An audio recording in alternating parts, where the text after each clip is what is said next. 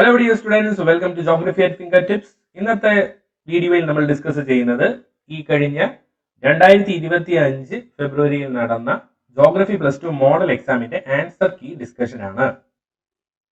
ഇനി വരാൻ പോകുന്ന 2025 ബോർഡ് എക്സാമിന് ഉപകാരപ്രദമാകുന്ന ഒരു വീഡിയോ ആണ് ഇത്. കാരണം ഇതിലുള്ള ഉത്തരങ്ങളൊക്കെ മനസ്സിലാക്കി ഒന്ന് പഠിക്കുന്നത് നിങ്ങളെ ബോർഡ് എക്സാമിന് നല്ല മാർക്ക് സ്കോർ ചെയ്യാൻ സഹായിക്കും. സോ നമുക്ക് ഓരോ സെക്ഷൻസും അതിൽ ഉത്തരങ്ങളും ഡിസ്കസ് ചെയ്യാം. Section A 1 mark questions MCQ ആയിരുന്നു. 6 ചോദ്യങ്ങളുണ്ട്. കമ്പൽസറി ക്വസ്റ്റ്യൻസ് ആണ്. നമുക്ക് ഓരോന്ന് നോക്കാം. ആദ്യത്തെ ചോദ്യം, identify the push factor from the following. ചുവടെ നൽകിയിരിക്കുന്നവയിൽ നിർബന്ധിത ഘടകം ഏതെന്ന് തിരിച്ചറിയുക. മൈഗ്രേഷൻ എന്ന ടോപ്പിക്കിൽ നിന്ന്, പോപ്പുലേഷൻ എന്ന ചാപ്റ്ററിലെ മൈഗ്രേഷൻ എന്ന ടോപ്പിക്കിൽ നിന്നുള്ള ചോദ്യമാണ്. എപ്പോഴും മൈഗ്രേഷനിൽ നിന്നൊരു ചോദ്യം നമുക്ക് പ്രതീക്ഷിക്കാം. ഇവിടെ ഫസ്റ്റ് ക്വസ്റ്റ്യൻ ആയിട്ട് തന്നെ അത് വന്നു. പുഷ് ഫാക്ടർ, പുഷ് എന്ന് പറയുമ്പോഴേ നെഗറ്റീവ് ഫാക്ടേഴ്സ് ആണ്, അതായത് അനുകൂലമല്ലാത്ത. അപ്പൊ ഇതിൽ നിന്ന് മനസ്സിലായി നിർബന്ധിതമാണ്. നമ്മളെ ഒരു സ്ഥലത്ത് നിന്ന് നിർബന്ധിതമായി അവിടെ നിന്ന് മാറ്റി നിർത്തപ്പെടുന്ന ഒരു ഘടകമായിട്ടാണ് മനസ്സിലാക്കേണ്ടത്. അപ്പോൾ ഇതിൽ ഏറ്റവും നെഗറ്റീവ് ഏതാണ് അങ്ങനെ മനസ്സിലാക്കി, ഓപ്ഷനിലെ ഏറ്റവും നെഗറ്റീവ് ഓപ്ഷൻ ഏതാണ് അങ്ങനെ മനസ്സിലാക്കി നിങ്ങൾക്ക് കണ്ടെത്താൻ സാധിക്കും. Unemployment, better job opportunities, piece and sustainability, security of life. തൊഴിലില്ലായ്മ, മികച്ച തൊഴിലവസരങ്ങൾ, സമാധാനവും സ്ഥിരതയും, ജീവനും സ്വത്തിനുമുള്ള സുരക്ഷിതത്വം. അപ്പൊ ഈ 4 ഓപ്ഷനിലും അതായത് ഓട് 1 എന്നൊക്കെ പറയുന്നത് ഓപ്ഷൻ എ ആണ്, അൺഎംപ്ലോയ്മെന്റ് ആണ്, അതായത് പുഷ് ഫാക്ടർ ആണ്. അപ്പൊ ബാക്കി 3 പുൾ ഫാക്ടേഴ്സ് ആണെന്നും കൂടി മനസ്സിലാക്കി വെച്ചേക്കുക. അപ്പോൾ അൺഎംപ്ലോയ്മെന്റ് ആണ് ഒന്നാമത്തെ ഉത്തരം. രണ്ടാമത്തത് അപ്രോച്ച്, ഹ്യൂമൻ ഡെവലപ്മെന്റ് അപ്രോച്ചിൽ നിന്ന് വീണ്ടും ഒരു റിപ്പീറ്റ് വന്നിരിക്കുന്നു. സെക്കൻഡ് ടേമിലും വന്നിരുന്നു, ഇപ്പൊ മോഡലിനും അതിൽ നിന്നൊരു ചോദ്യം വന്നിരിക്കുന്നു. Human development approach proposed by ILO, international labour organisation, അന്താരാഷ്ട്ര തൊഴിൽ സംഘടന മുന്നോട്ട് വെച്ച മാനവ വികസന സമീപനം ഏത് എന്നതാണ് ബേസിക് നീഡ്സ് അപ്രോച്ച്, അടിസ്ഥാന ആവശ്യ സമീപനം. കഴിഞ്ഞ സെക്കൻഡ് ടേം എക്സാമിനും ഈ പറഞ്ഞ ഹ്യൂമൻ ഡെവലപ്മെന്റ് അപ്രോച്ചസിൽ നിന്ന് ചോദ്യം വന്നിരുന്നു, വീണ്ടും മോഡലിന് വന്നിരിക്കുന്നു. അപ്പോൾ കൃത്യമായി അതിൽ നിന്ന് ചോദ്യങ്ങൾ വരാറുണ്ട്. ഒന്നെങ്കിൽ ഹ്യൂമൻ ഡെവലപ്മെന്റ്, അല്ലെങ്കിൽ four pillars of human development, അല്ലെങ്കിൽ poverty index, human development index, ഇതിൽ നിന്നെല്ലാം ആ ചാപ്റ്ററിൽ നിന്ന് ചോദ്യങ്ങൾ വരാറുണ്ട്. ഇമ്പോർട്ടന്റ് ചാപ്റ്റർ ആണ്. അപ്പോൾ ILO അല്ലെങ്കിൽ ഇന്റർനാഷണൽ ലേബർ ഓർഗനൈസേഷൻ മുന്നോട്ട് വെച്ചത് അടിസ്ഥാന ആവശ്യ സമീപനം, ബേസിക് നീഡ്സ് അപ്രോച്ച്. മൂന്നാമത്തെ ചോദ്യം പോർട്ടിൽ നിന്നാണ്, തുറമുഖങ്ങളിൽ ബേസ് ചെയ്തിട്ട് ഒരു ക്വസ്റ്റ്യൻ ആണ്. The port located on Hooghly river. Hooghly west ബംഗാളിലെ നദിയാണ്. കൊൽക്കത്ത എന്ന പട്ടണത്തിലൂടെ ഒഴുകുന്ന നദിയാണ്. അപ്പോൾ വളരെ സിമ്പിൾ ക്വസ്റ്റ്യൻ ആണ്. ഹൂഗ്ലി നദിയുടെ തീരത്തുള്ള പോർട്ട് മറ്റൊന്നുമല്ല, കൊൽക്കത്ത പോർട്ടാണ്. കൊൽക്കത്ത പോർട്ടാണ് ഉത്തരം. ഓക്കെ, അടുത്ത ചോദ്യം, the largest language family in India. കഴിഞ്ഞ സെക്കൻഡ് ടേമിന് സെക്കൻഡ് ലാർജസ്റ്റ് ലാംഗ്വേജ് ഫാമിലി എന്നൊരു ചോദ്യം വന്നിരുന്നു. ഇപ്പോൾ ലാർജസ്റ്റ് ലാംഗ്വേജ് ഫാമിലി ചോദിച്ചിരിക്കുന്നു. സെക്കൻഡ് ലാർജസ്റ്റ് ദ്രവീഡിയനും largest language family Indo European ആണ്. ഓക്കെ, ഇൻഡോ യൂറോപ്യൻ ആണ് ഇന്ത്യയിലെ ഏറ്റവും വലിയ ഭാഷാ കുടുംബം എന്ന് പറയുന്നത്. അഞ്ചാമത്തെ ചോദ്യം, the oldest non economic activity. അറിയപ്പെടുന്നതിൽ വെച്ച് ഏറ്റവും പഴക്കം ചെന്ന സാമ്പത്തിക പ്രവർത്തനം ഹണ്ടിങ് ആൻഡ് ഗാദറിംഗ് ആണ്. പ്രൈമറി ആക്ടിവിറ്റീസ്, പ്രാഥമിക പ്രവർത്തനങ്ങൾ എന്ന ചാപ്റ്ററിൽ ആദ്യം തന്നെ നമ്മൾ പഠിക്കുന്ന ആ ഒരു പ്രാഥമിക പ്രവർത്തനവും ഹണ്ടിങ് ആൻഡ് ഗാദറിംഗ് ആണ്. അപ്പൊ നായാട്ടും ശേഖരണവുമാണ് പഴക്കം ചെന്ന സാമ്പത്തിക പ്രവർത്തനം. ആറാമത്തെ ചോദ്യം ഈ സെക്ഷനിലെ ലാസ്റ്റ് ക്വസ്റ്റ്യൻ, 1 മാർക്ക് ക്വസ്റ്റ്യനിലെ ലാസ്റ്റ് ക്വസ്റ്റ്യൻ ആണ്.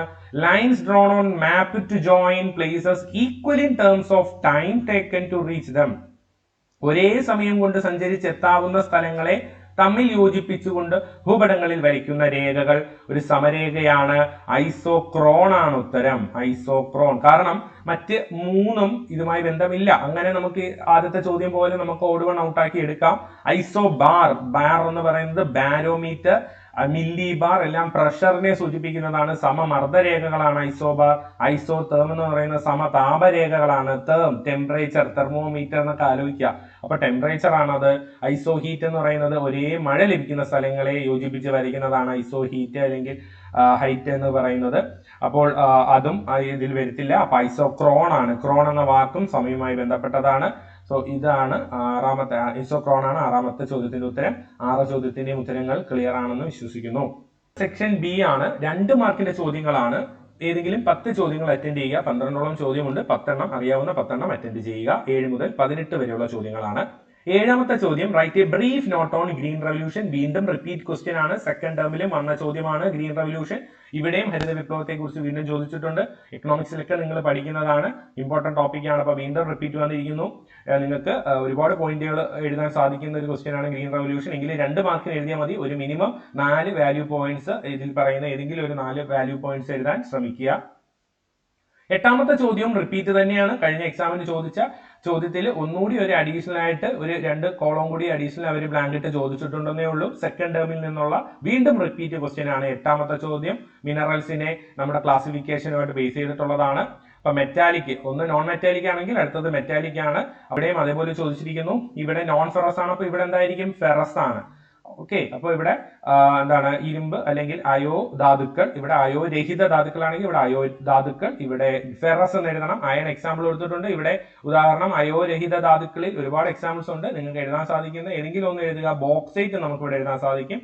ബോക്സൈറ്റ്, അലൂമിനിയത്തിന്റെ അയിരായ ബോക്സൈറ്റ് എഴുതാം. പിന്നെ ഇവിടെ വീണ്ടും കഴിഞ്ഞ എക്സാമിൽ ചോദിച്ച അതേ ഒരു ബ്ലാങ്ക് തന്നെയാണ് ഇവിടെയും. നോൺ മെറ്റാലിക്കിൽ ഇവിടെ ബ്ലാങ്ക് ചോദിക്കുമ്പോൾ ഇവിടെ ഫ്യൂവൽ മിനറൽസ് അല്ലെങ്കിൽ ഊർജ ധാതുക്കൾ എന്നാണ് എഴുതേണ്ടത് കേട്ടോ. ഊർജ ധാതുക്കൾ, അതാണ് ഇവിടുത്തെ ഉത്തരം. ഓക്കെ, അപ്പോൾ ഇവിടെ മെറ്റാലിക് വരും. മെറ്റാലിക് ആണ് ഇവിടെ എഴുതേണ്ടത്. അതുപോലെ തന്നെ താഴെ നമുക്ക് ഫെറസ് എഴുതാം. അപ്പൊ ഇവിടെ മെറ്റാലിക് എഴുതാം. മെറ്റാലിക് കഴിഞ്ഞ് ഇവിടെ ഫെറസ്. അതുപോലെ തന്നെ എക്സാമ്പിൾ ഇവിടെ ബോക്സൈറ്റ് എഴുതാം. അതുപോലെ തന്നെ ഇവിടെ ഫ്യൂവൽ മിനറൽസ് എന്നും എഴുതാം. ഇത് സെക്കൻഡ് ടേമിലെ ചോദ്യമാണ്, റിപ്പീറ്റ് ആണ്. അടുത്ത 9ാമത്തെ ചോദ്യം വീണ്ടും പോർട്സിൽ നിന്നാണ്.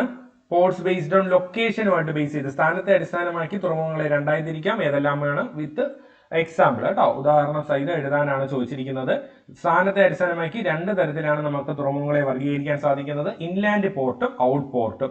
എക്സാമ്പിൾ കൂടി ചേർത്ത് എഴുതുക. ഇൻലാൻഡ് പോർട്ട് എന്ന് പറയുമ്പോൾ ports located away from the sea coast ആണ് and they are linked through a river or canal. അത് ഇപ്പം അതിന്റെ എക്സാമ്പിൾ നമ്മുടെ ഇന്ത്യയിൽ തന്നെയുള്ള കൊൽക്കട്ടയാണ്. ഓപ്ഷൻ എയിൽ നമ്മൾ എഴുതിയ കൊൽക്കട്ട പോർട്ട്, ഹൂഗ്ലി നദിയുടെ തീരത്ത് സ്ഥിതി ചെയ്യുന്ന കൊൽക്കട്ട പോർട്ട് അതിന്റെ ഒരു എക്സാമ്പിൾ ആണ്. ഔട്ട് പോർട്ട് എന്ന് പറയുമ്പോൾ ഡീപ് വാട്ടർ പോർട്ടുകളാണ്, കടലിന്റെ അകത്ത് സ്ഥിതി ചെയ്യുന്നവയാണ്. എക്സാമ്പിൾ എന്ന് പറയുന്നത് പിറൈസ് എന്ന് പറയുന്ന നമ്മുടെ ഏതൻസിന്റെ ഒക്കെ അടുത്തുള്ള ഒരു പോർട്ടുണ്ട്, അതൊന്ന് ഓർത്തിരിക്കുക. ഏതൻസ് എന്ന് എഴുതിയാലും മതി. ഇനി അടുത്തത് 10ാമത്തത് കഴിഞ്ഞ വർഷത്തെ ബോർഡിനും മോഡലിനും ഒക്കെ വന്നിട്ടുള്ള ഒരു ടോപ്പിക്കാണ് മൈനിങ്ങിൽ നിന്ന്. ഇവിടെയും ഡിഫറെന്റ് ടൈപ്സ് ഓഫ് മൈനിങ് മെത്തേഡുകൾ ചോദിച്ചിട്ടുണ്ട്. വിവിധ ഖനന രീതികൾ. ഖനനത്തെ നമുക്ക് 2ആയി തരംതിരിക്കാം. സർഫസ് മൈനിങ് അല്ലെങ്കിൽ ഉപരിതല ഖനനവും അണ്ടർഗ്രൗണ്ട് മൈനിങ് അല്ലെങ്കിൽ ഭൂഗർഭ ഖനനവും. സർഫസ് മൈനിങ്ങിനെ തന്നെ ഓപ്പൺ കാസ്റ്റ് മൈനിങ് എന്ന് വിളിക്കാറുണ്ട്. അണ്ടർഗ്രൗണ്ട് മൈനിങ്ങിനെ ഷാഫ്റ്റ് മൈനിങ് അല്ലെങ്കിൽ ഷാഫ്റ്റ് മെത്തേഡ് എന്നൊക്കെ വിളിക്കാറുണ്ട്. ഇതൊന്ന് എഴുതാൻ ശ്രമിക്കുക. കാരണം കഴിഞ്ഞ എക്സാമിനൊക്കെ ചോദിച്ച ഒരു ചോദ്യമാണ്, കഴിഞ്ഞ വർഷത്തെ ബോർഡിനൊക്കെ വന്ന ചോദ്യമാണ് മൈനിങ്. 11ാമത്തെ ചോദ്യം എന്ന് പറയുന്നത് റീജിയണൽ പ്ലാനിംഗ് എന്ന ടോപ്പിക്കിൽ നിന്നാണ്. നമ്മുടെ sustainable and regional planning in India എന്ന് പറയുന്ന ചാപ്റ്ററിൽ നിന്നുള്ളതാണ്. ടാർഗറ്റ് ഏരിയ പ്രോഗ്രാമുകളെ പറ്റി എഴുതാനാണ് ചോദിച്ചിരിക്കുന്നത്. ക്വസ്റ്റ്യൻ കുറച്ച് വലുതാണ്, പക്ഷേ എഴുതേണ്ടത് 4 ടാർഗറ്റ് ഏരിയ പ്രോഗ്രാമുകൾ അല്ലെങ്കിൽ ഉദ്ദിഷ്ട പ്രദേശ പദ്ധതികളിൽ ഏതെങ്കിലും 4 പേര് എഴുതാനാണ് ഇവിടെ ചോദിച്ചിരിക്കുന്നത്. ഉദ്ദിഷ്ട പ്രദേശ പദ്ധതികളും ഉണ്ട്, അതുപോലെ തന്നെ ഉദ്ദിഷ്ട സമൂഹ പദ്ധതികളും ഉണ്ട്. ഇതിൽ പ്രദേശ പദ്ധതികൾ 4 കമാൻഡ് ഏരിയ ഡെവലപ്മെന്റ് പ്രോഗ്രാം, അതായത് ഡ്രൗട്ട് വൃഷ്ടി പ്രദേശം എഴുതാം. അതുപോലെ തന്നെ ഡ്രൗട്ട് പ്രോൺ ഏരിയ ഡെവലപ്മെന്റ് വരൾച്ച ബാധിത പ്രദേശ വികസന പദ്ധതി എഴുതാം. ഡെസേർട്ട് ഡെവലപ്മെന്റ് പ്രോഗ്രാം മരുഭൂമി വികസന പദ്ധതി എഴുതാം. ഹിൽ ഏരിയ ഡെവലപ്മെന്റ് പ്രോഗ്രാം കുന്നിൻ അല്ലെങ്കിൽ മലയോര പ്രദേശ വികസന പദ്ധതി. ഈ 4 എഴുതേണ്ടതാണ് അവിടെ. Tribal area integrated tribal area development programme ഒരു ടാർഗറ്റ് ഏരിയ പ്രോഗ്രാം തന്നെയാണ്. അപ്പോൾ ഈ 4 പേര് എഴുതേണ്ട ആവശ്യമേ അവിടെ ഉള്ളൂ. 1/2 മാർക്ക് വെച്ച് 2 മാർക്ക് ലഭിക്കും. അടുത്തത് ഇതുവരെ അങ്ങനെ ചോദിച്ച് കാണാത്തൊരു ചോദ്യമാണ്, പക്ഷെ വളരെ ടേമിൽ നിന്ന് തന്നെ ആ വാക്കിൽ നിന്ന് തന്നെ നിങ്ങൾക്ക് ഉത്തരം എഴുതാൻ സാധിക്കും. ടെക്നോപോളിസ് എന്താണെന്നാണ് ചോദിച്ചിരിക്കുന്നത്. ഡിഫൈൻ ടെക്നോപോളിസ്. ആ വാക്കിൽ നിന്ന് തന്നെ നിങ്ങൾക്ക് മനസ്സിലാക്കാം. ടെക്നോളജി, അതായത് ഹൈടെക് ഇൻഡസ്ട്രീസുമായി ബന്ധപ്പെട്ടതാണ്. ആ ഒരു ക്വസ്റ്റ്യനിൽ നിന്ന് തന്നെ നമുക്ക് അതിന്റെ ഉത്തരം. പോളിസ് എന്ന് പറയുമ്പോൾ ഒരു പട്ടണമാണ് അല്ലെ, ഒരു വലിയൊരു പ്രദേശമാണ്, ആളുകൾ തിങ്ങിപ്പാർക്കുന്ന സ്ഥലമാണ്. അപ്പോൾ hi-tech industries which are regionally concentrated self sustained and highly specialised are called technopolis. ഇതിൽ USA സിലിക്കൺ വാലി, ഇന്ത്യയിലെ ബംഗളൂരു, ഇന്ത്യയിലെ അത്യാവശ്യം എല്ലാ ക്യാപിറ്റൽസും ഒരു ടെക്നോപോളിസ് ആയിട്ടാണ് പറയുന്നതെങ്കിലും ഇന്ത്യയിലെ സിലിക്കൺ വാലി എന്നൊക്കെ അറിയപ്പെടുന്നത് ബംഗളൂരു ആണ്. അല്ലാതെയും അത്യാവശ്യം തലസ്ഥാനങ്ങളിലെല്ലാം എന്തുണ്ട്, ഹൈടെക് ഇൻഡസ്ട്രീസ് വരുന്നുണ്ട്. ഇപ്പം കേരളം എടുത്ത് നോക്കിയാലും ഈ ടെക്നോ പാർക്ക്, ഇൻഫോ പാർക്ക് എന്നൊക്കെ പറയുന്നതും ഹൈടെക് ഇൻഡസ്ട്രീസ് കൂടുതൽ കാണപ്പെടുന്ന ഏരിയയാണ്. പക്ഷെ അതൊരു വലിയൊരു പ്രദേശമായി മാറുമ്പോഴാണ് അതിനെ ടെക്നോ പോളിസ് എന്ന് വിളിക്കുന്നത്. അതിന്റെ ഉത്തരം ഇവിടെ ഉണ്ട്, നിങ്ങൾക്ക് പോസ് ചെയ്തിട്ട് ഈ ഉത്തരങ്ങളൊക്കെ എഴുതി പഠിക്കാവുന്നതാണ്. അടുത്ത ചോദ്യം എന്ന് പറയുന്നത് 13ാമത്തെ ചോദ്യം, write any two basic differences between rural and urban settlement. വീണ്ടും റിപ്പീറ്റഡ് ക്വസ്റ്റ്യൻ, എപ്പോഴും ചോദിക്കുന്ന ഒരു ചോദ്യമാണ് റൂറൽ അർബൻ അല്ലെങ്കിൽ ടൈപ്സ് ഓഫ് റൂറൽ സെറ്റിൽമെന്റ്. കഴിഞ്ഞ സെക്കൻഡ് ടേമിന് ടൈപ്സ് ഓഫ് റൂറൽ സെറ്റിൽമെന്റ് ചോദിച്ചു. ഈ റൂറൽ ആൻഡ് അർബൻ സെറ്റിൽമെന്റ് ഡിഫറൻസും കഴിഞ്ഞ ബോർഡിനും മോഡലിനും ഒക്കെ വന്നിട്ടുള്ളതാണ്. ഇപ്പൊ വീണ്ടും റിപ്പീറ്റ് വന്നിരിക്കുന്നു. രണ്ടും തമ്മിലുള്ള വ്യത്യാസം പ്രധാനമായും നമുക്ക് ആ തൊഴിൽ അല്ലെങ്കിൽ അവരുടെ ആക്ടിവിറ്റി, എക്കണോമിക് ആക്ടിവിറ്റി ബേസ് ചെയ്തിട്ട് എഴുതാൻ സാധിക്കും. പിന്നെ അവരുടെ വാസസ്ഥലങ്ങൾ അല്ലെങ്കിൽ വീടുകൾ എങ്ങനെയുള്ളതാണ്, അവരുടെ റിലേഷൻ ഫോർമൽ ആണോ ഇൻഫോർമൽ ആണോ, അതെല്ലാം വെച്ചിട്ട് എഴുതാം. ഇത് ഡയറക്റ്റ് ആണ്, നിങ്ങളുടെ കയ്യിലുള്ള നോട്ട്സിലുള്ള ഒരു ക്വസ്റ്റ്യൻ ആണ്, difference between rural and urban settlements. അടുത്തത് 14ാമത്തെ ചോദ്യം എന്ന് പറയുന്നത് മുൻ വർഷങ്ങളിൽ ചോദിച്ചിട്ടുള്ള ഒരു ചോദ്യമാണ്. സ്ലംസുമായി, അർബൻ ഒരു ഏരിയസിലുമായി ബേസ് ചെയ്തിട്ട് ഇന്ത്യയിൽ നിന്നുള്ള ഒരു ടെക്സ്റ്റിലെ ചാപ്റ്റർ ആണ്. ആ ചാപ്റ്ററിൽ നിന്നുള്ള ഒരു ക്വസ്റ്റ്യൻ ആണ്, പ്രോബ്ലംസ് ഫേസ്ഡ് ബൈ സ്ലംസ്, ചേരികൾ നേരിടുന്ന പ്രശ്നങ്ങൾ. ഇതും ഒരു ജനറൽ ക്വസ്റ്റ്യൻ ആണ്. ഈവൻ നിങ്ങൾ ഇപ്പൊ നിങ്ങൾ ടെക്സ്റ്റിലൊക്കെ നോക്കി പഠിച്ചില്ലെങ്കിൽ പോലും അറ്റൻഡ് ചെയ്യാൻ സാധിക്കുന്ന ഇതാണ്. ഒരുപാട് പോയിന്റുകൾ എഴുതാം, അതിൽ ഏതെങ്കിലും ഒരു 4 പോയിന്റ് മാത്രം അവിടെ എഴുതിയാൽ മതി. അതായത് poor hygienic condition, poor ventilation, lack of basic amenities, അല്ലെങ്കിൽ lack of basic infrastructure, toilet facilities, sanitation, poor sanitation, unemployment, അതുപോലെ തന്നെ മറ്റ് എന്താണ് ഡിസീസസ് അല്ലെ, അതായത് തൊഴിലില്ലായ്മ, കുടിവെള്ളത്തിന്റെ അഭാവം, ശൗചാലയങ്ങളുടെ അഭാവം, ശരിയായ വായുസഞ്ചാരം ഇല്ലാത്ത വാസസ്ഥലങ്ങൾ, അല്ലെ കുറ്റകൃത്യങ്ങളും അല്ലെങ്കിൽ മയക്കുമരുന്നിന്റെയൊക്കെ ഉപയോഗം കൂടുന്നു, അങ്ങനെയുള്ള ദാരിദ്ര്യമുള്ള ഏരിയ എന്നൊക്കെ ഉള്ള രീതിയിൽ നമുക്ക് എഴുതാൻ സാധിക്കും. ഒരുപാട് പോയിന്റ് ഉണ്ട്, അതിൽ ഏതെങ്കിലും 4 എഴുതുക. അടുത്തത് 15ാമത്തെ ചോദ്യവും ഒരു റിപ്പീറ്റഡ് ആണ്. ബാലൻസ് ഓഫ് ട്രേഡിൽ നിന്നുള്ള ഒരു ചോദ്യമാണ്. ഇന്റർനാഷണൽ ട്രേഡിലെ ബാലൻസ് ഓഫ് ട്രേഡ് അല്ലെങ്കിൽ വ്യാപാര മിച്ചം, ഇതും എക്കണോമിക്സിലൊക്കെ നിങ്ങൾ പഠിച്ചിട്ടുള്ളതാണ്. പോസിറ്റീവ് ബാലൻസ് ഓഫ് ട്രേഡും നെഗറ്റീവ് ബാലൻസ് ഓഫ് ട്രേഡ് എന്നും പറയുന്നത് തന്നെയാണ് ഇവിടെയും. ഫേവറബിളും അൺഫേവറബിളും. അപ്പൊ ഫേവറബിൾ എന്ന് പറയുമ്പോൾ അവിടെ എന്ത് കൂടുതലായിരിക്കും, നമ്മൾ എക്സ്പോർട്ട് കൂടുതലായിരിക്കും, അതുപോലെ ഇമ്പോർട്ട് കുറവുമായിരിക്കും. നോക്കേ, കയറ്റുമതിയുടെയും ഇറക്കുമതിയുടെയും മൂല്യത്തിലുള്ള വ്യത്യാസമാണ് വ്യാപാര മിച്ചം. അപ്പൊ ബാലൻസ് ഓഫ് ട്രേഡ് ചിലപ്പോൾ ഒരു 2 മാർക്കിന് ചോദിച്ചാൽ നിങ്ങൾക്ക് ഈ ഡെഫിനിഷൻ എഴുതാം. ഇനി എന്താണ് നെഗറ്റീവ് അല്ലെങ്കിൽ പ്രതികൂല വ്യാപാര മിച്ചം എന്ന് പറഞ്ഞാൽ, ഇറക്കുമതിയുടെ മൂല്യം കയറ്റുമതിയേക്കാൾ കൂടുമ്പോൾ, നമ്മൾ ഇങ്ങോട്ട് കൂടുതൽ സാധനം ഇറക്കുമ്പോൾ അത് നെഗറ്റീവാണ്, പ്രതികൂലമാണ്. കാര്യം നമ്മുടെ പൈസ എല്ലാം മറ്റു രാജ്യങ്ങളിലോട്ട് പോവുകയാണ്. ഇനി കയറ്റുമതിയുടെ മൂല്യം ഇറക്കുമതിയേക്കാൾ കൂടുമ്പോൾ, അതായത് എക്സ്പോർട്ട് ഒരു രാജ്യത്തെ സംബന്ധിച്ച് കൂടുന്നത് നല്ലതാണ്, കാര്യം ഫോറിൻ മണി ഇങ്ങോട്ട് വരും. അതിനെ അനുകൂല വ്യാപാര മിച്ചം അല്ലെങ്കിൽ ബാലൻസ് ഓഫ് ട്രേഡ് എന്ന് പറയുന്നു. അത് റിപ്പീറ്റഡ് ആണ്, മുൻവർഷങ്ങളിലൊക്കെ ആ ഒരു പാർട്ടിൽ നിന്ന് ചോദിച്ചിട്ടുണ്ട്.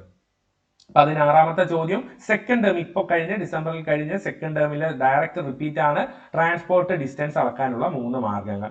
1 കിലോമീറ്റർ ഡിസ്റ്റൻസ് ആണ് കൊടുത്തിട്ടുണ്ട്, മറ്റേത് 2 എഴുതാനാണ്. മറ്റേത് 2 ഏതാണ്, കിലോമീറ്റർ ഡിസ്റ്റൻസ് ആണെങ്കിൽ അടുത്തത് ടൈമും ആണ്, അതുപോലെ തന്നെ എന്താണ് കോസ്റ്റ് ഡിസ്റ്റൻസും ആണ്. ചിലവ് ദൂരവും സമയ ദൂരവുമാണ് അടുത്തത് 2. അതിന്റെയും ഒരു വരിയും കൂടി എഴുതിയാൽ അതിന്റെ ഉത്തരം ക്ലിയർ ആകും. 17 എന്ന് പറയുന്നത് prepare A short note on truck farming ആണ്. ട്രക്ക് ഫാമിംഗും കഴിഞ്ഞ വർഷം ചോദിച്ചിട്ടില്ല, കഴിഞ്ഞ മുമ്പത്തെ വർഷം 2023 വന്നിട്ടുള്ള ഒരു ക്വസ്റ്റ്യൻ ആണ് ട്രക്ക് ഫാമിംഗ്. പഴം പച്ചക്കറി കൃഷിയുമായി ബന്ധപ്പെട്ടിട്ടുള്ള ഒരു കൃഷി രീതിയാണ് ട്രക്ക് ഫാമിംഗ്. കൂടുതലും കുറച്ചുകൂടെ ഹൈലി ഡെവലപ്ഡ് ആയിട്ടുള്ള ഏരിയാസ്, പ്രത്യേകിച്ച് ഇൻഡസ്ട്രിയൽ ഏരിയാസ് ഒക്കെ ഉള്ള ഫോറിൻ കൺട്രീസിലാണ് ഇത് കാണപ്പെടുന്നത്. Regions where farmers specialise in vegetables only, the farmers is known as the farming is known as truck farming. Okay, മലയാളത്തിലും അങ്ങനെ തന്നെയാണ് ട്രക്ക് ഫാമിംഗ്. പച്ചക്കറി മാത്രം കൃഷി ചെയ്യുന്ന രീതിയാണ് ട്രക്ക് ഫാമിംഗ്. ഇനി ഇതുമായി ചേർത്ത് പഠിക്കേണ്ട മറ്റൊരു ഫാമിംഗ് ആണ് ഫാക്ടറി ഫാമിംഗ്. മലയാളത്തിലും അങ്ങനെ തന്നെയാണ്. കന്നുകാലികളും കോഴികളുടെ ഷെഡുകളിലും കൂടുകളിലും ഒക്കെ വളർത്തുന്ന രീതിയാണ്. അതായത് പൗൾട്രി ഫാമിങ്ങിന്റെ ഒരു വേറെ പേരാണ്, കാറ്റിൽ ഫാമിങ്ങിന്റെ ഒക്കെ മറ്റൊരു പേരാണ് ഫാക്ടറി ഫാമിംഗ്. ഇത് രണ്ടും യൂറോപ്പിലും അല്ലെങ്കിൽ കുറച്ച് ഹൈലി ഡെവലപ്ഡ് ആയിട്ടുള്ള ഏരിയാസിലാണ് കാണുന്നതെന്ന് എഴുതുക.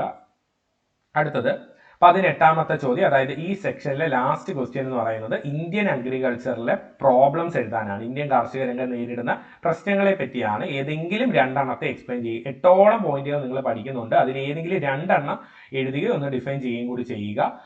നമുക്ക് ഏതൊക്കെയാണെന്ന് നോക്കാം. ഇത് ഞാനിവിടെ 4 കൊടുത്തിട്ടുണ്ട്. ഡിപ്പെൻഡൻസ് ഓൺ ഇറാറ്റിക് മൺസൂൺ, അതായത് സ്ഥിരതയില്ലാത്ത മൺസൂണിനെ ആശ്രയിക്കുന്ന രീതി, അല്ലെങ്കിൽ മൺസൂണിനെ ആശ്രയിക്കുക, അല്ലെങ്കിൽ മഴയെ ആശ്രയിക്കുക എന്നൊക്കെ എഴുതാൻ സാധിക്കും. ലോ പ്രൊഡക്ടിവിറ്റി, അതായത് ഉൽപാദനക്ഷമത കുറവാണ് ഇന്ത്യൻ കാർഷിക രംഗത്ത്, കുറഞ്ഞ ഉൽപാദനക്ഷമത. കൺസ്ട്രെയിൻസ് ഓഫ് ഫിനാൻഷ്യൽ റിസോഴ്സസ്, അതായത് ഈ നമ്മുടെ കൂടുതലായി നമ്മൾ ഈ ഇടനിലക്കാരെയും മറ്റ് സാമ്പത്തിക ബുദ്ധിമുട്ടുകൾ, കർഷകർ നേരിടുന്ന സാമ്പത്തിക ബുദ്ധിമുട്ടുകൾ എഴുതാം. പിന്നെ ലാക്ക് ഓഫ് ലാൻഡ് റീഫോംസ്, അല്ലെങ്കിൽ ഭൂപരിഷ്കരണങ്ങളുടെ അഭാവം, ലാക്ക് ഓഫ് ലാൻഡ് റീഫോംസ്. ഇതിൽ ഏതെങ്കിലും രണ്ടെണ്ണം ഒന്ന് ഡിഫൈൻ ചെയ്ത് എഴുതും. ഡിഫൈൻ എന്ന് പറഞ്ഞാൽ ഒരു വരിയും കൂടിയൊക്കെ ഒന്ന് എഴുതാൻ ശ്രമിക്കുക. അതായിരുന്നു 18ാമത്തെ ചോദ്യം, 2 മാർക്കിലെ സെക്ഷനിലെ last question. Okay, section C ആണ്. 3 മാർക്കിന്റെ ചോദ്യങ്ങളാണ്. ഇവിടെ 8 ചോദ്യങ്ങളുണ്ട്, 6 ചോദ്യങ്ങൾ അറ്റൻഡ് ചെയ്യണം. ഫസ്റ്റ് ക്വസ്റ്റ്യൻ എന്ന് പറയുന്നത് point out the advantages of non conventional energy resources. ഇതും റിപ്പീറ്റ് ക്വസ്റ്റ്യൻ ആണ്. സെക്കൻഡ് ടേം, ഈ കഴിഞ്ഞ ഡിസംബറിലെ സെക്കൻഡ് ടേമിൽ നിന്നുള്ള ഡയറക്റ്റ് റിപ്പീറ്റ് ക്വസ്റ്റ്യൻ ആണ്. പാരമ്പര്യേതര ഊർജ്ജ സ്രോതസ്സുകളുടെ മേന്മ എഴുതുക, സൂചിപ്പിക്കുക എന്നതാണ്. കഴിഞ്ഞ നമ്മൾ സെക്കൻഡ് ടേമിൻ്റെ വർക്കൗട്ട് വീഡിയോയിലും പറഞ്ഞിട്ടുള്ളതാണ്. ധാരാളം മേന്മകൾ ഉള്ളതാണ് നോൺ കൺവെൻഷണലിന്. നോൺ പൊല്യൂട്ടിംഗ് ആണ് അല്ലേ, അതായത് മലിനീകരണം കുറവാണ്. അബൻഡന്റ്, അവൈലബിൾ ഇൻ അബൻഡന്റ്, ധാരാളമായി നമുക്ക് ലഭിക്കുന്നു. ഫ്രീലി അവൈലബിൾ, അതായത് ചിലവൊന്നുമില്ല അല്ലെ, പ്രകൃതിയിൽ നിന്ന് തന്നെ ലഭിക്കുന്നവയാണ് പാരമ്പര്യേതര ഊർജ്ജ സ്രോതസ്സുകൾ. പലരും ഇതിൻ്റെ എക്സാമ്പിളുകൾ മാത്രമാണ് എഴുതുന്നത്. എക്സാമ്പിളുകളായി solar, wind energy, tidal energy, geothermal അങ്ങനെ എഴുതിയാൽ പോരാ. ബെനിഫിറ്റ്സ് ചോദിച്ചാൽ ബെനിഫിറ്റ്സ് തന്നെയാണ് എഴുതേണ്ടത്. വേണമെങ്കിൽ നിങ്ങൾക്ക് ഒരു ഇൻട്രൊഡക്ഷൻ പോലെ ഇവയെല്ലാമാണ് സൗരോർജ്ജം, കാറ്റിൽ നിന്നുള്ള ഊർജ്ജം എന്നൊക്കെ പറഞ്ഞ് ഒന്ന് എഴുതാവുന്നതല്ലാതെ അത് മാത്രം എഴുതിയാൽ അതിൻ്റെ ഉത്തരമാവില്ല. ബെനിഫിറ്റ്സ് ചോദിച്ചാൽ അതിൻ്റെ ഒരു ഗുണങ്ങൾ തന്നെ എഴുതാൻ ശ്രമിക്കുക. ഫ്രീലി അവൈലബിൾ ആണ്. ലോ ഹാർനസിങ് കോസ്റ്റ് ആണ്. മറ്റുള്ള ഊർജ്ജ സ്രോതസ്സുകളെ വെച്ച് നോക്കുമ്പോൾ, അതായത് നമ്മളിപ്പം മറ്റ് മിനറൽസ് ഒക്കെ ആണെങ്കിൽ കുഴിച്ചെടുക്കണം, ഇവിടെ അതിൻ്റെ ആവശ്യമില്ല. അപ്പോൾ ആ ഒരു ചിലവ് കുറഞ്ഞിരിക്കും. പിന്നെ അതുപോലെ ലോ എൻവയോൺമെൻറ്റൽ ഡാമേജ്, പാരിസ്ഥിതികമായുള്ള പ്രശ്നങ്ങളും കുറവായിരിക്കും. അത് നോൺ പൊല്യൂട്ടിംഗ് ആണല്ലോ. അപ്പോൾ ഈ പോയിന്റുകൾ എഴുതുക. ഇതൊരു 3 മാർക്കിൻ്റെ ചോദ്യമാണ്. ഒരു പാരഗ്രാഫായിട്ടൊക്കെ എഴുതിയാൽ നല്ലതായിരിക്കും. അല്ലെങ്കിൽ ഒരു 6 അല്ലെങ്കിൽ ഒരു 5 വാല്യൂ പോയിന്റുകളും ഉണ്ടായിരിക്കണം. അടുത്തത് ഒരു മാപ്പ് ബേസ്ഡ് ക്വസ്റ്റ്യൻ ആണ്. Question number 20. തന്നിരിക്കുന്ന ഭൂപടത്തിൽ സൂചിപ്പിക്കുന്ന ഭൂഖണ്ഡാന്തര റെയിൽവേ പാത ഏതെന്ന് തിരിച്ചറിയുക. ട്രാൻസ് കോണ്ടിനെന്റൽ റെയിൽവേ ഐഡന്റിഫൈ ചെയ്യാനാണ്. അപ്പോൾ മാപ്പ് കാണുമ്പോഴേ നിങ്ങൾ മനസ്സിലാക്കണം, ഇടത്തെ സൈഡിൽ അതായത് നമ്മുടെ വെസ്റ്റ് കോസ്റ്റിൽ പസഫിക് ഓഷൻ കാണാൻ സാധിക്കും, അറ്റ്ലാന്റിക് ഓഷൻ ഈസ്റ്റ് കോസ്റ്റിൽ കാണാം, മുകളിൽ ഗ്രീൻലാൻഡും ബഫിൻ ബേയും ഒക്കെ കൊടുത്തിട്ടുണ്ട്. അപ്പോൾ ഇതിൽ നിന്നൊക്കെ മനസ്സിലാക്കണം ഇത് രാജ്യം കാനഡയാണ്. അപ്പോൾ ഇവിടെ കൂടി കടന്നു പോകുന്ന ട്രാൻസ് കോണ്ടിനെന്റൽ റെയിൽവേ ഏതാണ്? ട്രാൻസ് കനേഡിയൻ റെയിൽവേ ആണ്. അത് എഴുതുമ്പോൾ 1 മാർക്ക് ലഭിക്കുന്നു. പിന്നെ 2 ക്യാരക്ടറിസ്റ്റിക്സ്, ആ റെയിൽവേയുടെ 2 സവിശേഷതകൾ എഴുതാനാണ് പറയുന്നത്. അപ്പോൾ പ്രധാനപ്പെട്ടത് ഈ ദൂരമൊന്നും നിങ്ങൾ പഠിച്ചില്ലെങ്കിലും അല്ലെങ്കിൽ ഓർത്തിരുന്നെങ്കിലും പ്രശ്നമില്ല. ഈ പ്രധാനമായിട്ടും ഏതൊരു ട്രാൻസ് കോണ്ടിനെന്റൽ റെയിൽവേ പഠിക്കുമ്പോഴും കണക്റ്റിംഗ് പ്ലേസസ്, ഏതെല്ലാം സ്ഥലങ്ങൾ തമ്മിലാണ് ബന്ധിപ്പിക്കുന്നത് എന്ന് അറിഞ്ഞിരിക്കണം. ട്രാൻസ് കനേഡിയൻ റെയിൽവേ ഹാലിഫാക്സ് മുതൽ വാൻകൂവർ വരെയാണ്. ഹാലിഫാക്സ് മുതൽ വാൻകൂവർ വരെയാണ് നമ്മുടെ ട്രാൻസ് കനേഡിയൻ റെയിൽവേയുടെ സഞ്ചാരപാത എന്ന് പറയുന്നത്. അപ്പോൾ അത് എഴുതണം, അതൊരു പോയിന്റാണ്. പിന്നീട് ഇതിൽ കടന്നു പോകുന്ന സ്ഥലങ്ങളുടെ പേരും ഉണ്ട്, അതും ഓർത്തില്ലെങ്കിലും കുഴപ്പമില്ല. പിന്നെ എഴുതേണ്ടത് ഇവിടെ എക്സ്പോർട്ട് ചെയ്യുന്ന പ്രധാനപ്പെട്ട ഐറ്റംസ് എന്തൊക്കെയാണെന്നാണ്. പ്രധാനമായും വീറ്റും മീറ്റുമാണ്. വീറ്റ് എന്ന് പറഞ്ഞാൽ ഗോതമ്പും അതുപോലെ തന്നെ മാംസവുമാണ് ഈ വഴി കൂടുതലും കയറ്റുമതി ചെയ്യുന്നത്. ഈ 2 പോയിന്റ് എഴുതുമ്പോൾ ഫുൾ മാർക്ക് ലഭിക്കും. അടുത്ത 21ാമത്തെ ചോദ്യം മുൻ വർഷങ്ങളിലെല്ലാം റിപ്പീറ്റ് വന്നിട്ടുള്ളതും ഒരു ഇമ്പോർട്ടൻറ്റ് ടോപ്പിക്കുമാണ്. ഡെമോഗ്രഫിക് ട്രാൻസിഷൻ തിയറി, ജനസംഖ്യ പരിവർത്തന സിദ്ധാന്തം. ഇതിൽ 3 ഘട്ടങ്ങളുണ്ട്. 3 ഘട്ടങ്ങളെ പറ്റി എഴുതാനാണ് ചോദിച്ചത്. ഇത് മുൻ വർഷങ്ങളിൽ പഠിച്ചിട്ടുണ്ട്. നമ്മുടെ ചാനലിൽ തന്നെ മറ്റ് വീഡിയോസിലും കൃത്യമായി ഇതിൻ്റെ എക്സ്പ്ലനേഷൻ കൊടുത്തിട്ടുണ്ട്. അത് കണ്ട് പഠിക്കുക. ഇതും റിപ്പീറ്റ് വന്നിട്ടുള്ള ചോദ്യമാണ്. 22 ഇമ്പോർട്ടൻറ്റ് ടോപ്പിക്കാണ്, നിങ്ങൾ എല്ലാവർക്കും അറിയാവുന്ന ടോപ്പിക്കാണ്. നവനിയതവാദം അല്ലെങ്കിൽ നിയോ ഡിറ്റർമിനിസം. നിയോ ഡിറ്റർമിനിസം ഏതെങ്കിലും ഒന്ന്, അതായത് ഒന്നെങ്കിൽ എൻവയോൺമെന്റൽ ഡിറ്റർമിനിസമോ അല്ലെങ്കിൽ പോസിബിളിസമോ അല്ലെങ്കിൽ നിയോ ഡിറ്റർമിനിസം, ഇത് മാറി മാറി ചോദിക്കാറുണ്ട്. നിയോ ഡിറ്റർമിനിസം ആര് കൊണ്ടുവന്നു, അതിനകത്തുള്ള മറ്റ് പോയിന്റുകളും നിങ്ങൾക്ക് ഈ വീഡിയോയിൽ ഞാൻ കൊടുത്തിട്ടുണ്ട്, പോസ്റ്റ് ചെയ്തിട്ട് എഴുതിയെടുക്കാം. അപ്പോൾ ഗ്രിഫിത്ത് ടൈലർ ഒക്കെ 1 വേർഡിനൊക്കെ ചോദിക്കുന്നതാണ്. ആ പോയിന്റുകളൊന്ന് ഓർത്തിരിക്കുക. അടുത്ത ചോദ്യം 23 എന്ന് പറയുന്നതും റിപ്പീറ്റ് മീൻസ് കഴിഞ്ഞ വർഷങ്ങളിലൊക്കെ വന്നിട്ടുള്ളതാണ്. അല്ലെങ്കിൽ വാട്ടർ കൺസർവേഷനുമായിട്ട് ബന്ധപ്പെട്ട ഒരു ടോപ്പിക്കാണ്. കഴിഞ്ഞ സെക്കൻഡ് ടേമിന് വാട്ടർ കൺസർവേഷൻ മെത്തേഡ് ചോദിച്ചു. ഇവിടെ ഒരു കൺസർവേഷൻ മെത്തേഡായ റെയിൻ വാട്ടർ ഹാർവസ്റ്റിങ്ങിൻ്റെ 3 മെത്തേഡുകളെ പറ്റിയാണ്, 3 മാർഗങ്ങളെ പറ്റിയാണ്. മഴവെള്ള കൊയ്ത്തിനെ പറ്റി ചോദിക്കുന്നു. മഴവെള്ള കൊയ്ത്തിന് ധാരാളം മാർഗ്ഗങ്ങളുണ്ട്. അതിൽ ഒന്നെന്ന് പറയുന്നത് roof top rain water harvesting ആണ്. ഇത് ഒരു വരിയെങ്കിലും എഴുതാൻ ശ്രമിക്കണം. ഇത് 3 മാർക്കിൻ്റെ ചോദ്യമാണ്. അപ്പോൾ ജസ്റ്റ് നിങ്ങൾ ആ മെത്തേഡ് മാത്രം എഴുതിയാൽ പോരാ, ആ മെത്തേഡിനെ ഒരു വരിയെങ്കിലും ഒന്ന് ഡിഫൈൻ ചെയ്യുക. അപ്പോൾ ഒന്ന് roof top rain water harvesting ആണ്. മറ്റൊന്ന് ഈ കുന്ത് അല്ലെങ്കിൽ ടാങ്ക എന്നൊക്കെ പറഞ്ഞ് രാജസ്ഥാനിൽ അവിടുത്തെ ആളുകൾ ചെയ്യുന്ന മാർഗ്ഗമാണ്. ഇതേ കണക്ക് ചെറിയ ചെറിയ അണ്ടർഗ്രൗണ്ട് ടാങ്കുകൾ നിർമ്മിക്കുന്നത്. പിന്നെ റെയിൻ പിറ്റുകൾ നമുക്ക് ഇവിടെ ഉണ്ട്. റെയിൻ പിറ്റുകൾ അല്ലെങ്കിൽ കിണറുകൾ പോലുള്ളവ മഴവെള്ളം ശേഖരിച്ച് വെക്കാൻ ഉപയോഗിക്കാം. ചാനലുകളിലൂടെ ഇൻയൂഡേഷൻ ചാനൽസ് എന്നൊക്കെ പറയും, നദികളിൽ നിന്നൊക്കെ വെള്ളം കനാൽ രൂപത്തിലും നമുക്ക് പാടങ്ങളിലോട്ടൊക്കെ കടത്തിവിടാൻ സാധിക്കും. അപ്പോൾ roof top rain water harvesting അത് എഴുതാൻ സാധിക്കും. പിറ്റ് റെയിൻ പിറ്റ് വെല്ലുകൾ എഴുതാൻ സാധിക്കും. ബോർവെൽസ് എഴുതാം. അതുപോലെ തന്നെ ഈ കുന്ത് ടാങ്കാസ് എന്നൊക്കെ പറയുന്ന മാർഗ്ഗങ്ങളും ഉപയോഗിക്കാൻ സാധിക്കും. ഇതിനെപ്പറ്റി ഒരു വരി എഴുതുക. റീചാർജ് വെല്ല് എന്നൊക്കെ നമ്മൾ പറയും. റീചാർജ് വെല്ലെങ്കിൽ റീചാർജ് അക്യുഫേഴ്സ് ഒക്കെ പറയുന്നതെല്ലാം ഇതിൻ്റെ ഒരു മാർഗ്ഗങ്ങളാണ്. അടുത്തത് the probability of not surviving till the age of 40 is one of the indicators of measures of human poverty index. മാനവ ദാരിദ്ര്യ സൂചികയിൽ നിന്നൊരു ചോദ്യമാണ്. അതിൽ ഒരു ഇൻഡിക്കേറ്റർ, ഒരു സൂചക അവർ കൊടുത്തിട്ടുണ്ട്. മറ്റ് 3 സൂചകങ്ങൾ ഏതെല്ലാം എന്നാണ് ചോദിച്ചിരിക്കുന്നത്. സാധാരണ HDI ഹ്യൂമൻ ഡെവലപ്മെൻറ്റ് ഇൻഡെക്സിൽ നിന്നാണ് ചോദ്യം വരാറുള്ളത്. ഇവിടെ HPI അതായത് ഹ്യൂമൻ പോവർട്ടി ഇൻഡെക്സ് ദാരിദ്ര്യ സൂചികയിൽ നിന്ന് ചോദിച്ചു. അപ്പോൾ ഒന്ന് അവരിവിടെ കൊടുത്തിട്ടുണ്ട്. ബാക്കി 3 എന്ന് പറയുന്നത് പ്രായപൂർത്തിയായവരുടെ സാക്ഷരതാ നിരക്കാണ്. അപ്പോൾ ആയുർദൈർഘ്യത്തിൻ്റെ പോയിന്റ് അവരിവിടെ കൊടുത്തിട്ടുണ്ട്. അതായത് ലൈഫ് എക്സ്പെക്റ്റൻസി ആണ് ആദ്യം കൊടുത്തത്. ഇനി നമുക്ക് എഴുതേണ്ട 3 ഒന്ന് ഇലിറ്ററസി ആണ്, അതായത് സാക്ഷരത അല്ലെങ്കിൽ ലിറ്ററസി റേറ്റ് ആണ്, സാക്ഷരതാ നിരക്ക് എഴുതാം. ശുദ്ധജലം ലഭിക്കാത്തവരുടെ എണ്ണം എഴുതാം, അതായത് people who do not have access to clean water ഒരു ഇൻഡിക്കേറ്റർ ആണ്. പിന്നെ ഏറ്റവും ലാസ്റ്റ് അത് അണ്ടർ വെയിറ്റ്, ശരീരഭാരം ഇല്ലാത്ത കുട്ടികളുടെ എണ്ണം. Those children who are underweight will come under this index. അപ്പോൾ ഈ 3 ഇൻഡിക്കേറ്റേഴ്സ് ആണ് ഇതിനുള്ള. 3 മൊത്തം 4 ഉണ്ട്. അതിൽ 3 എഴുതാനാണ് ചോദിച്ചിരിക്കുന്നത്. അപ്പോൾ അത് പോവർട്ടി ഇൻഡെക്സ് ചോദിച്ച സ്ഥിതിക്ക് ബോർഡ് എക്സാമിന് ഹ്യൂമൻ ഡെവലപ്മെൻറ്റ് ഇൻഡെക്സിൻ്റെയോ അല്ലെങ്കിൽ അതുമായി ബന്ധപ്പെട്ട മറ്റെന്തെങ്കിലും ഒരു ചോദ്യം, ഹ്യൂമൻ ഡെവലപ്മെൻറ്റുമായിട്ട് ബന്ധപ്പെട്ട ഒരു ചോദ്യം ചോദിക്കാൻ ചാൻസ് ഉണ്ട്. ഇനി 25ാമത്തെ ചോദ്യം എന്ന് പറയുന്നത് വീണ്ടും റിപ്പീറ്റ് ക്വസ്റ്റ്യൻ ആണ്. കഴിഞ്ഞ സെക്കൻഡ് ടേമിന് വന്നതാണ്. മെറിറ്റ്സ് ഓഫ് എയർ ട്രാൻസ്പോർട്ട്, വ്യോമ ഗതാഗതത്തിൻ്റെ ഗുണങ്ങൾ. ഡയറക്റ്റ് റിപ്പീറ്റ് ആണ് ഡിസംബർ എക്സാമിൽ നിന്ന്. അപ്പോൾ ഹൈ സ്പീഡാണ്, അതായത് ഫാസ്റ്റസ്റ്റ് മീൻസ് ആണ്, ഫാസ്റ്റസ്റ്റ് സർവീസ് സേവനം നമുക്ക് സാധനങ്ങളൊക്കെ കൊണ്ടുപോകാനും പറ്റുന്നു. ഹൈ സ്റ്റാൻഡേർഡ് ആണ്, അതായത് നല്ലൊരു ക്വാളിറ്റി മോഡ് ഓഫ് ട്രാൻസ്പോർട്ടേഷൻ ആണ്. നാച്ചുറൽ റൂട്ടാണ്, അതായത് റൂട്ട് കൺസ്ട്രക്ഷൻ ഒന്നും ഇവിടെ വേണ്ടി വരുന്നില്ല. പിന്നെ less need for heavy packaging. മറ്റ് ഗതാഗത മാർഗ്ഗങ്ങളെ പോലെ ഒരുപാട് നമ്മൾ സാധനങ്ങൾ കൊണ്ടുപോകാനായിട്ട് സുരക്ഷിതത്വം മീൻസ് പാക്ക് ചെയ്യേണ്ട ആവശ്യമൊന്നുമില്ല. ഇവിടെ കുറച്ചുകൂടി നമുക്ക് വേഗത്തിലും കുറച്ചുകൂടി ഒരു ഹൈ സെക്യൂരിറ്റിയിലൊക്കെ സാധനങ്ങൾ എത്തുന്നു എന്നുണ്ട്. അപ്പോൾ മെഡിസിൻസ് ഒക്കെ കൂടുതലും കൊണ്ടുപോകുന്നതൊക്കെ ഫ്ലൈറ്റ് വഴിയാണ്, അല്ലെ അത്യാവശ്യം വേണ്ട എല്ലാ സാധനങ്ങളും അതുപോലെ തന്നെ കുറേ വിലപിടിപ്പുള്ള വസ്തുക്കളും എല്ലാം കൊണ്ടുപോകാൻ ഉപയോഗിക്കുന്നത് ഫ്ലൈറ്റാണ്. ഫ്ലൈറ്റിലൂടെയുള്ള നമ്മൾ ഗുഡ്സിനെ കൊണ്ടുപോകുന്നതിനാണ് ഫ്രൈറ്റ് എന്ന് പറയുന്നത് കേട്ടോ, ഒന്ന് ഓർത്തിരിക്കുക. ഇംഗ്ലീഷിൽ നമുക്ക് വേർഡൊക്കെ ഉപകാരപ്പെടും. അപ്പോൾ ഇതും നിങ്ങൾക്ക് ഇവിടെ ധാരാളം പോയിന്റ് ഉണ്ട്, പോസ്റ്റ് ചെയ്ത് എഴുതിയെടുത്ത് പഠിക്കാവുന്നതാണ്. ഇത് 2 വട്ടം റിപ്പീറ്റ് വന്നതുകൊണ്ട് ബോർഡ് എക്സാമിന് ഇനി റിപ്പീറ്റ് വരാൻ ചാൻസ് ഇല്ല. അതുകൊണ്ട് മറ്റ് ഗതാഗത മാർഗ്ഗങ്ങളുടെ ഗുണങ്ങളൊക്കെ ഒന്ന് നോക്കി വെച്ചേക്കുക. ഇനി അടുത്ത ചോദ്യം 26ാമത്തതും കഴിഞ്ഞ വർഷത്തെ ബോർഡ് എക്സാമിന് ചോദിച്ച ചോദ്യമാണ്.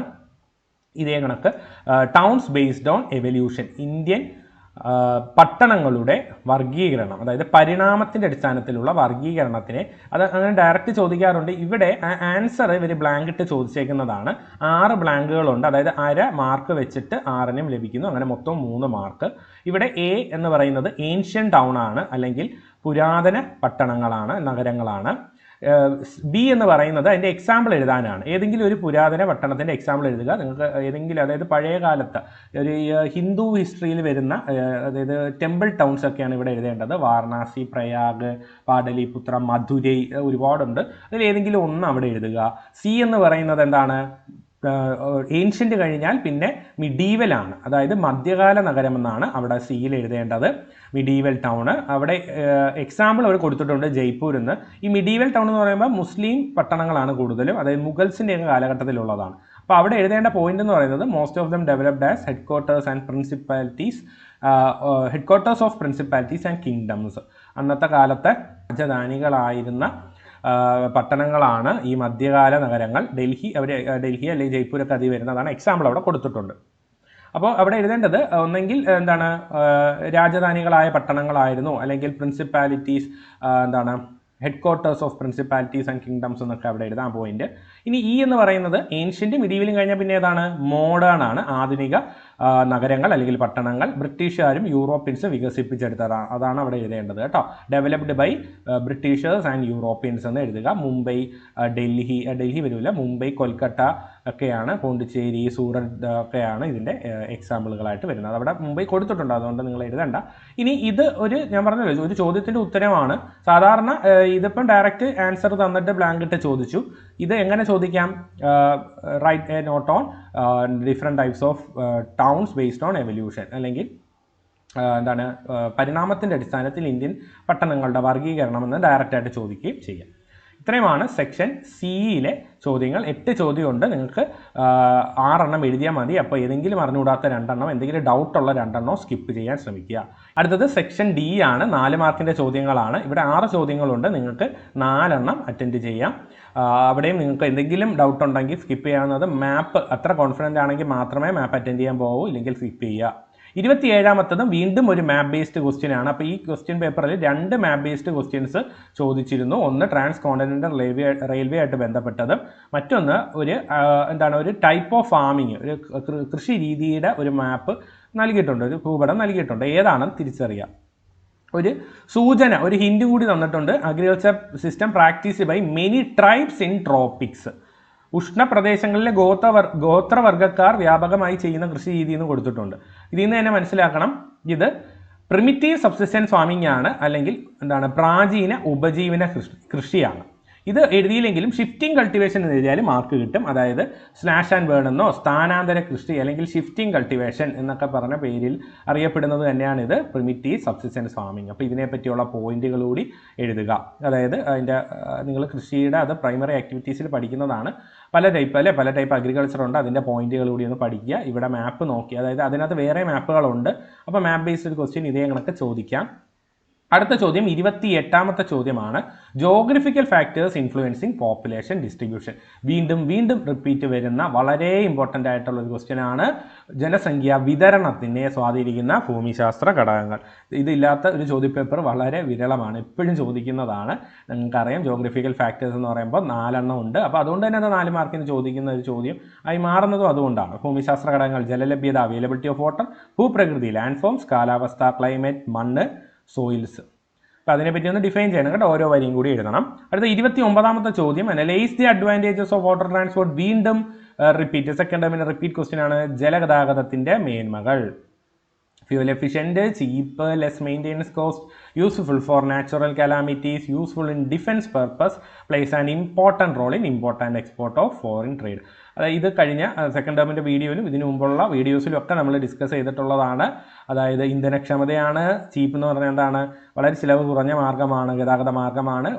അല്ലെങ്കിൽ ഒരുപാട് വലിയ ചരക്കുകളും സാധനങ്ങളും കൊണ്ടുപോകാൻ സാധിക്കുന്നു. ലെസ് മെയിൻ്റെനൻസ് കോസ്റ്റ് ആണ്, അതായത് ഇതിൻ്റെ അറ്റകുറ്റപ്പണിക്കൊക്കെ വളരെ കുറച്ച് രൂപയെ ചിലവാകുന്നുള്ളൂ. പിന്നെ നാച്ചുറൽ കലാമിറ്റീസിൽ യൂസ് ആകുമെന്ന് വെച്ചാൽ അതായത് ഇപ്പോൾ ഈ റോഡ് ഗതാഗതവും റെയിൽവേ ഗതാഗതവും ഒക്കെ തടസ്സപ്പെടുമ്പോൾ നമുക്ക് സഞ്ചാര യോഗ്യമാകുന്നത് ജലഗതാഗതമാണെന്നാണ്. അല്ലാതെ മറ്റ് പ്രകൃതി ദുരന്തങ്ങളിൽ വാട്ടർ ട്രാൻസ്പോർട്ടും ബാധകമാകും. അല്ലാതുള്ള ഈ റോഡ് തകർന്ന് കിടക്കുക, റെയിൽവേക്ക് എന്തെങ്കിലും അറ്റകുറ്റപ്പണി, ആ സമയങ്ങളില്ല. അങ്ങനെ എന്തെങ്കിലും ഒരു പ്രകൃതി ദുരന്തങ്ങൾ വരികയാകുമ്പോൾ മറ്റ് ഗതാഗത മാർഗ്ഗങ്ങളെ ബാധിക്കുന്ന രീതിയിലുള്ളതാണെങ്കിൽ നമുക്കിത് ഉപയോഗിക്കാവുന്നേ ഉള്ളൂ കേട്ടോ. നിങ്ങൾക്ക് ഏതാണ് തോന്നുന്നത് ഏതെങ്കിലും ഒരു 4 പോയിന്റിനെ ഒന്ന് ഡിഫൈൻ ചെയ്യാൻ ശ്രമിക്കുക. മറ്റൊരു കാര്യം, ഇതൊരു 4 മാർക്കിൻ്റെ ഒരു ക്വസ്റ്റ്യൻ ആയിട്ട് എഴുതാനായിട്ടില്ല എന്നതും ഒരു 3 മാർക്കിനൊക്കെ എഴുതാനായിട്ടതേ ഉള്ളൂ. അപ്പോൾ ഇവിടെ നിങ്ങൾ ചെയ്യേണ്ടത് ആദ്യം ഒരു ഇൻട്രൊഡക്ഷനൊക്കെ കൊടുത്ത് എഴുതിയാൽ നല്ലതായിരിക്കും.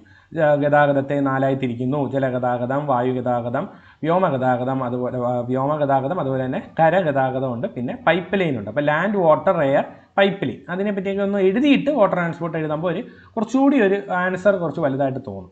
ഇനി 30ാമത്തെ ചോദ്യവും റിപ്പീറ്റ് ആണ്. ഇന്ത്യയുടെ ജനസംഖ്യാ വളർച്ചയുടെ 4 വ്യത്യസ്ത ഘട്ടങ്ങൾ, 4 ഡിസ്റ്റിൻക്ട് ഫേസസ്. അത് 4 വർഷങ്ങളുടെ പീരീഡ് വെച്ചിട്ടാണ് നമ്മൾ പറയുന്നത്. 1901 to 1921, 1921 to 51, 51 to 81, 81 till present. ഇത് പോസ് ചെയ്തിട്ട് നിങ്ങൾക്ക് എഴുതിയെടുക്കാം. നിങ്ങളുടെ കയ്യിൽ നോട്ടൊക്കെ കാണാം. മുൻ ക്ലാസ്സുകളിൽ നമ്മുടെ ചാനലിൽ തന്നെ ഇതിൻ്റെ സെപ്പറേറ്റ് വീഡിയോസ് ചെയ്തിട്ടുണ്ട്. ഇമ്പോർട്ടൻ്റ് ആണ്. അതായത് റിപ്പീറ്റ് ചോദ്യങ്ങളാണ്. ഇതെല്ലാം ഒരു 5-6 വട്ടമെങ്കിലും റിപ്പീറ്റ് പലപ്പോഴായിട്ട് വന്നിട്ടുള്ള ചോദ്യങ്ങളാണ്. ഇനി 31ാമത്തെ ചോദ്യവും വീണ്ടും റിപ്പീറ്റ് ആണ്. കഴിഞ്ഞ എക്സാം, അതായത് സെക്കൻഡ് ടേം എക്സാമിന് ഓണർഷിപ്പിൻ്റെ അടിസ്ഥാനത്തിൽ, അതായത് ഉടമസ്ഥ അവകാശത്തിൻ്റെ അടിസ്ഥാനത്തിലുള്ള വർഗീകരണമാണ് ചോദിച്ചെങ്കിൽ, ഓണർഷിപ്പാണ് ചോദിച്ചെങ്കിൽ ഇവിടെ റോ മെറ്റീരിയൽസ് അല്ലെങ്കിൽ അസംസ്കൃത വസ്തുക്കളുടെ അടിസ്ഥാനത്തിലുള്ള വർഗീകരണമാണ് ചോദിച്ചിരിക്കുന്നത്. ഇവിടെ നമുക്ക് 5 ആയിട്ട് തരംതിരിക്കാം. കാർഷിക അടിസ്ഥാന വ്യവസായം, agro based industries, mineral based industries, ധാതു അധിഷ്ഠിത വ്യവസായം, കെമിക്കൽ ബേസ്ഡ് ഇൻഡസ്ട്രീസ്, രാസാധിഷ്ഠിത വ്യവസായം, ഫോറസ്റ്റ്, ആനിമൽ, വന അധിഷ്ഠിതം, അതുപോലെ തന്നെ മൃഗ അധിഷ്ഠിത വ്യവസായം. ഇപ്പം ഇതിലൊരു 4 ഏതെങ്കിലും ഒരു 4 പറ്റി ഒരു വരിയും എക്സാമ്പിളൊക്കെ വെച്ച് എഴുതിയാൽ ആൻസറിന് ഫുൾ മാർക്ക് ലഭിക്കും. അതായിരുന്നു 31. വീണ്ടും ഈ ഇൻഡസ്ട്രീസ്, ടൈപ്പ് ഓഫ് ഇൻഡസ്ട്രീസിൽ നിന്നൊരു ചോദ്യവും എപ്പോഴും ചോദിക്കാറുണ്ട് എന്നും മനസ്സിലാക്കുക. ഇനി ലാസ്റ്റ് ക്വസ്റ്റ്യൻ മാപ്പാണ്.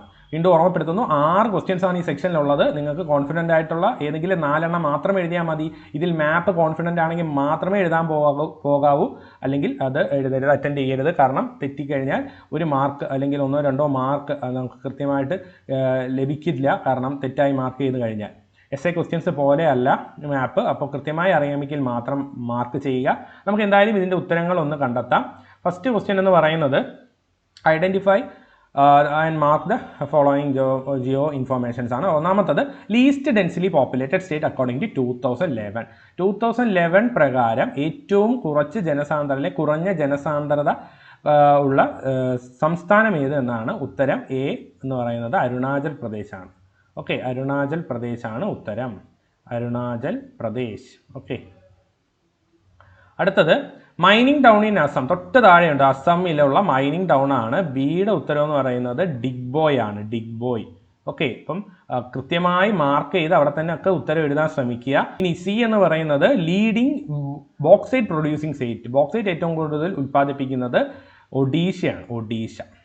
ഓക്കെ, ഇതൊന്നും അധികം അങ്ങനെ ചോദിച്ചു കണ്ടിട്ടില്ല, എങ്കിലും എന്താണ് ഏതെങ്കിലും മിനറലിൻ്റെ ഒരു ലീഡിങ് പ്രൊഡ്യൂസറൊക്കെ ചോദിക്കാറുണ്ട്. ഇവിടെ ഒഡീഷയാണ് ബോക്സൈറ്റ്.